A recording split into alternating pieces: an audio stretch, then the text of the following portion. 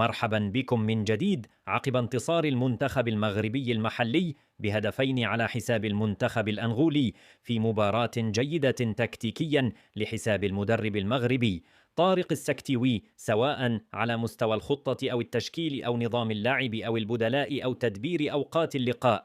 فقد تعالت من جديد أصوات المقارنات التي بدأت منذ مدة طويلة بين المدرب السكتيوي ومدرب أسود الأطلس الأول وليد الركراكي، بين متمسك باستمرار الأخير ومطالب بتعيين الأول على رأس رفاق أشرف حكيمي. كما لفت الأنظار نجم الجيش الملكي ربيع حريمات بعد تقديمه لمستوى كبير بين التمريرات المفتاحية والهدوء واستخلاص الكرات من الخصم والمراوغات الناجحة، والتي دفعت لجنة المباراة التقنية التابعة للكاف إلى أن تختاره كأفضل لاعب باللقاء، لتتجدد المطالب بإضافة هذا الاسم إلى قائمة وليد الركراكي في الاستحقاقات القادمة. وعلاقة بالمغرب دائما، شارف ملعب مولاي عبد الله بالعاصمة الرباط ومرافقه الهائلة على نهايتها، حيث لم تتبقى إلا رتوشات بسيطة حتى يفتح هذا الصرح أبوابه أمام الأندية والمنتخبات المحلية والعالمية،